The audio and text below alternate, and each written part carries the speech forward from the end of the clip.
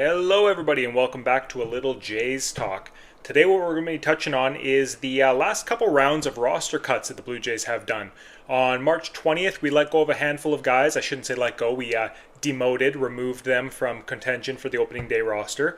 And just today, we let go two surprising guys, two guys that are really showing that it's down to the wire here. One of them came into the year looking like he was going to be a favorite to land the center field job, but unfortunately he's now going to start out in AAA with Buffalo. But before we get into all of that, today is my birthday, so please drop a like for the video and subscribe to the channel if you haven't already. I would greatly appreciate that. Alright, so we'll make this short and sweet.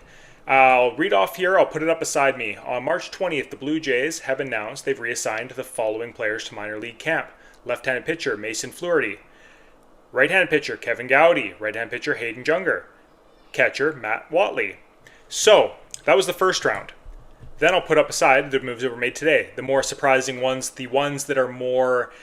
You're feeling these cuts now. We're getting down to the last few guys that legitimately had a shot. The first round, I didn't find anybody there to be surprising, at all. This round, Leo Jimenez and Joey Loperfido. So Leo Jimenez isn't surprising. He was a player with a fourth option year down to the minors. So it makes sense that they moved him down. He didn't have a clear role and he had an option available. Joey Loperfido also has options, but he came into camp looking like the favorite to land the center field job, given that Varsho was going to be injured, Dalton Varsho, that is. And I think a lot of fans expected, especially early on, that he would be the guy running with that job. But he's been outplayed by too many people, and unfortunately for him, he has struggled with the bat. So even though he appears to be a clubhouse favorite, he's a fan favorite, he's got a ton of upside. This is by no means the end for him. He is unable to secure a job breaking camp out of spring training. I do expect we'll see him at some point in time, though. He's an extremely talented player, and I would imagine he'll be putting on the Blue Jays uniform the first injuries or anything like that happens. I'm going to pop up just a little depth chart, if you will, that I made up here. I just kind of staggered the players around the field, how I see things filling out right now. The one that a lot of fans will probably turn to is Alan Roden playing in left field, Anthony Santander in right field, leaving George Springer on the bench. While I think we all want this to happen, I don't know how realistic it is. I feel like George Springer will be given the job out of camp, but I can see Alan Roden pinch hitting for him and ultimately replacing him very early on if he's struggling the way that he has all spring training. We've got the 2024 season now. We've got spring training. Although he did mash a 3-run home run, which was great to see today, he has struggled immensely. So I think the leash will be extremely short and Alan Roden will be waiting in the wings to get regular at-bats in his position. That's why I put him in left field, and it moves Santander over to his more comfortable right field where he plays a better outfield. Again, this is working under the assumption that Dalton Varsho is no longer on the squad because of his injury. He's going to start on the IL. So if that doesn't end up being the case, he becomes the DH for the first couple of weeks, and things get a little bit tricky there. Maybe you see an Alan Roden start in center field if that's the case, and Miles Straw just doesn't make the team. They will have to clear up 40-man roster space for Roden and Straw. Right now, that can be done with, Lovelady or Nance or somebody like that. They could make a small trade like that. They'll also have to free up space for Ryan Yarbrough as well. So it would require a couple of moves, but I don't think that it's anything that's insurmountable at this time of year. There are going to be a lot of teams looking to poach other teams' rosters and make some moves around to kind of fortify where they need it and deal from positions of strength. I think we have a lot of bullpen depth specifically on our 40-man, and a lot of it appears interchangeable. Like if you have Josh Walker, I don't feel like you need Lovelady as much because basically he's being pushed down to probably 4th or 5th in terms of left-handed pitching. Now none of this could come true. This is just my thoughts on the situation. But yeah, that's the way I see it going. I think if they want Straw in center field for the defense and for the way that he's hit so far, that's a completely fair play. They also did give up a fair bit of money, as we know, trading for him. They're paying him, I think, $5 to $5.5 million a year for the next 2 years. I haven't double checked that figure, but it's right around there. And obviously, he was part of the infamous trade when they were trying to free up space for Roki Sasaki on international free agent money. And then Alan Roden, I think he's just too good to ignore. Yeah, you have to ditch somebody to make room for him, but he's phenomenal. The reason why I don't mention any position players is because our position depth on our 40-man is loaded, and almost assuredly everyone would get claimed, and I don't think that they're open to giving away some of those young, high-end, highly talented prospects. I won't call them high-end prospects, but I think the lowest guy on that totem pole is probably Stuart Baroa.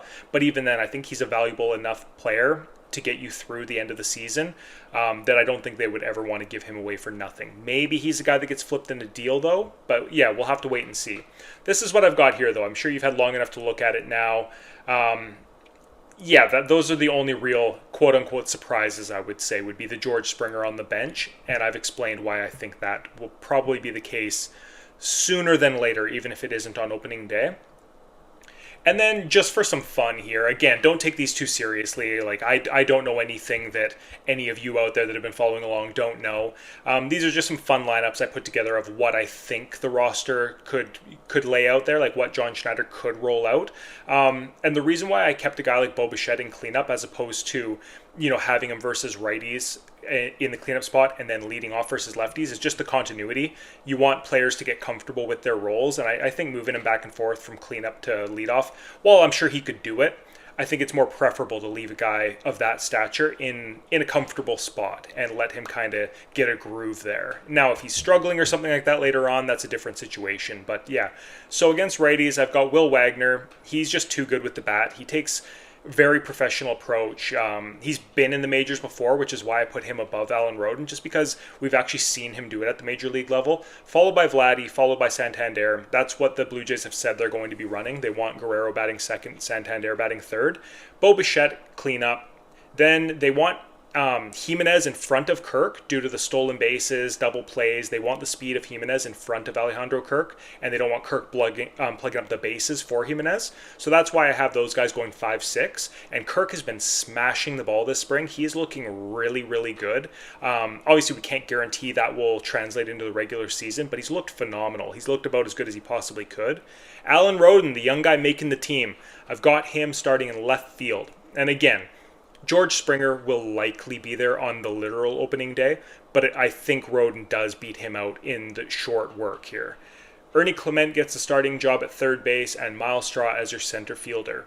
There's a little bit more wiggling that can be done here. I think Will Wagner has higher upside with the bat than, say, an Ernie Clement. So as they try to get creative and move, Addison Barger in or something like that, you could see Clement being a guy that gets moved to a utility role as well, especially if he's not hitting, because we've definitely got some guys coming up that appear to be able to hit, and they all happen to be left-handed hitters in Wagner, Roden, Barger, guys like that. So yeah, Clement is a guy that I could see getting moved to. He's kind of a jack of all trades. He can play every infield position, and he's very valuable doing that. He can come in for 2 or 3 games a week and still be very effective. So I could see a Will Wagner moving to third base. I wouldn't have said that was possible even a few days ago, but they put him in there again the other day, and he made a couple absolutely highlight reel plays. So I think that's going to leave a lasting impression in management as kind of a final week of spring, just seeing him really ball out at third base. I think that will play into his favor for earning reps there come regular season. And then against left-handed pitching, again, the only reason why I put Davis Schneider at the leadoff is just so you're not moving Bo Bichette around constantly. And I like Davis Schneider's hitting profile better than I like Ernie Clement's in terms of a leadoff hitter. He works long at bats. He's got power. He makes the pitcher uncomfortable right off the hop. Ernie Clement is more of a swing at everything, make contact with everything guy. But Davis Schneider can really work a count, draw walks, and like I say, he's got that power just to make a pitcher uncomfortable right off the hop. They can't lay one in there against him because he will go yard on them. Other than that, the lineup is pretty well the same. And I've got George Springer in there against lefties just because I don't think they're going to cut the cord on him entirely. They'll try to find. David Popkins is known for trying to put players in the best position to succeed and keep them all hot and keep them all rolling in good roles for that player. And I realize neither one of these guys have good splits. That's Davis Schneider or George Springer. They don't have good splits against lefties, but I think Popkins will try to work them in there regularly against the lefties and get, as I said, a defined role for these guys where they can really just focus on, hey, I'm the guy that goes in against left-hand pitching and mashes.